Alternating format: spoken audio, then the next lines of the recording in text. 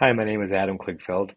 I'm a rabbi in Los Angeles, and this is my Jewish geography small world story. For almost a year, I'd planned a trip with my son, Lev, who is 13 years old, to be in Israel on a school trip he was going to be on, and to go from there to Barcelona to spend Shabbat there, as I'd never been, and mostly to use that as a jumping off place to go skiing in the country of Andorra. The Israel part of the trip mostly got scuttled because sadly my mother died. And while my son went on the school trip, I stayed in the United States to bury her and to sit Shiva. On the day Shiva ended, I flew to Israel basically for 24 hours just to pick up my son and to fly from there to Barcelona to spend Shabbat. That easily could have not happened, meaning once my mother got sick and was dying, there was a better chance that we were not going to be in Barcelona that Shabbat than that we were. And we decided that we wanted to have a very, you know, authentic Shabbat experience in Barcelona. I wanted to go to Friday night services at the Masorti conservative community in Barcelona, as I'm a conservative rabbi, and I like supporting any place in the world where that Judaism is trying to take hold. And originally we were going to go to services there because they were going to set us up for a Shabbat dinner. But towards the very last minute, the Shabbat dinner fell through. We could still come to them for services, but the only other place to get a Shabbat dinner that we could find was Chabad, which is at another end of the city of Barcelona from where the Masorti community was. And the Masorti services started too late to go have services there and then go to Chabad for dinner. So we decided in the last minute to go to Chabad for services too. We were exhausted.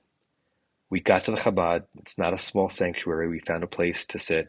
We were just kind of waiting for services to start. I was having a hard time keeping my eyes open. And the Chabad rabbi was schmoozing the room before services began. And he went over to ask people where we were from. They asked us. We said from Los Angeles. He said, welcome, good Shabbos. I could have spaced out at that point. For some reason, my ears kept listening. And when he got to the row 3 or 4 or 5 rows behind us, somehow passively, I was not really paying attention. I heard him talking to a bunch of young people whom I'd seen walk into the room. And I heard them say they were from Australia. They were from Melbourne. I have cousins in Melbourne. I have cousins in Melbourne for an interesting reason. My grandmother, Julia Kligfeld, was born Julia Galshevsky. She was one of 8 or 9 children born in Lithuania. And she came with her father, who was a rabbi, to Boston in the 1920s with her siblings. The oldest 2 siblings did not make the trip. The oldest was married in Lithuania, and she stayed with her family. They heard from her until 1941, and then they stopped hearing from her. You can do the math. The second one, Menashe, did what many Lithuanian Jews did and moved to Cape Town, where he had 3 children. The oldest, my cousin Simon Simcha, was my father's closest relative, closest cousin, who eventually made Aliyah to Israel. In fact, my father was at his wedding in 1969 during my father's first visit to Israel, and that was the first time they met, even though they had been pen pals for decades. The youngest lives in the Monsey area in New York, and the middle one moved from Cape Town to Melbourne. And so my father's first cousin, Elio, lives in Melbourne. He has 3 children. Our family has been there 3 times. Different parts of our family have been there 3 times for bar mitzvahs at weddings. Even though we live very, very far away from each other, we're very, very close.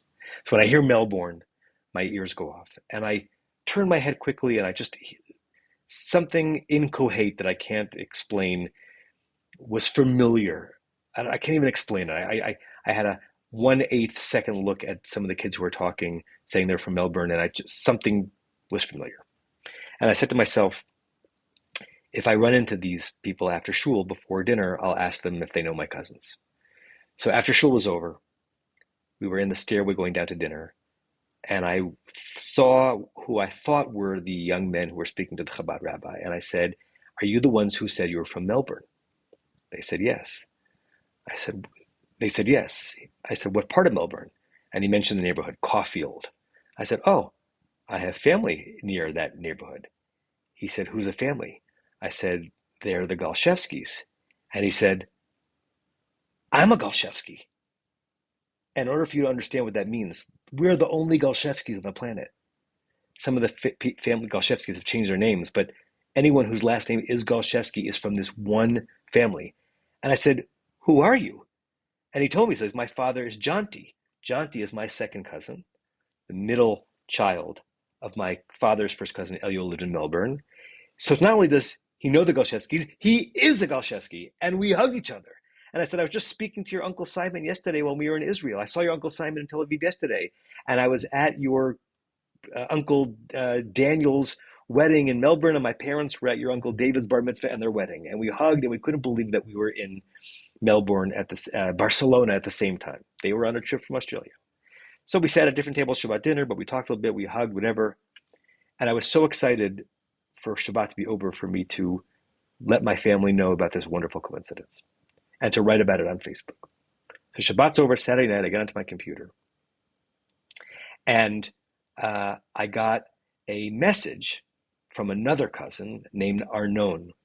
Arnon, just to follow it because it matters, is the grandson of my cousin Simon, who lives in Israel, whose father, Menashe, was the one who moved from Lithuania to Cape Town. I was at Arnon's wedding. Our family's second, third, and fourth cousins stay very close to each other.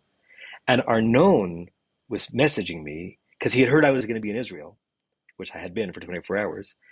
And he felt bad that he couldn't see me because he wasn't there. He says, how long are you going to be in Israel? Not knowing that I already wasn't in Israel. I'd love to see you. I can't see you now because I'm out of Israel right now. Where am I? In Barcelona. He was in Barcelona at Shabbat as well with his wife and their baby. He almost was at the Chabad that night. Chose at the last minute not to go because they didn't have an Eruv allowing him to push a stroller on Shabbat. And it was too long of a walk.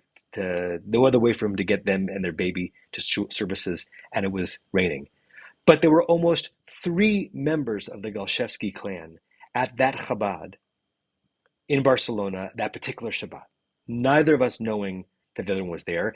And Arnon, who is a second cousin to my cousin Jake, who was the one I met, they didn't know that they were there either.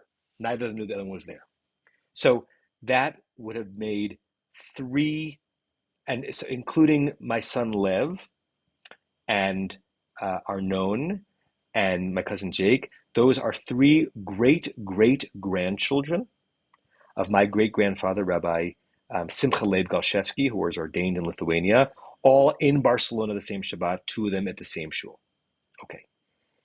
That would have been enough until my son reminded me that when he was walking around the building on Friday night looking for a bathroom or something, he saw a place on the wall where there were stickers of Israeli soldiers who had fallen in the war, which has become commonplace around Israel and in Jewish places.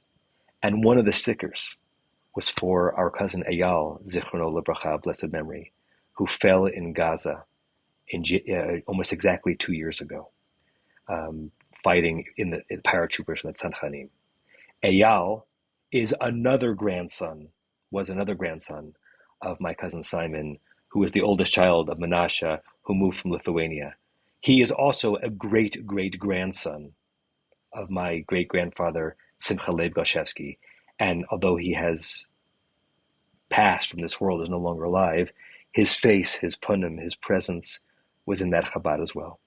So in one way or another, 4 great-great-grandchildren of my great-grandfather were present together, represented in Barcelona that same Shabbat in December.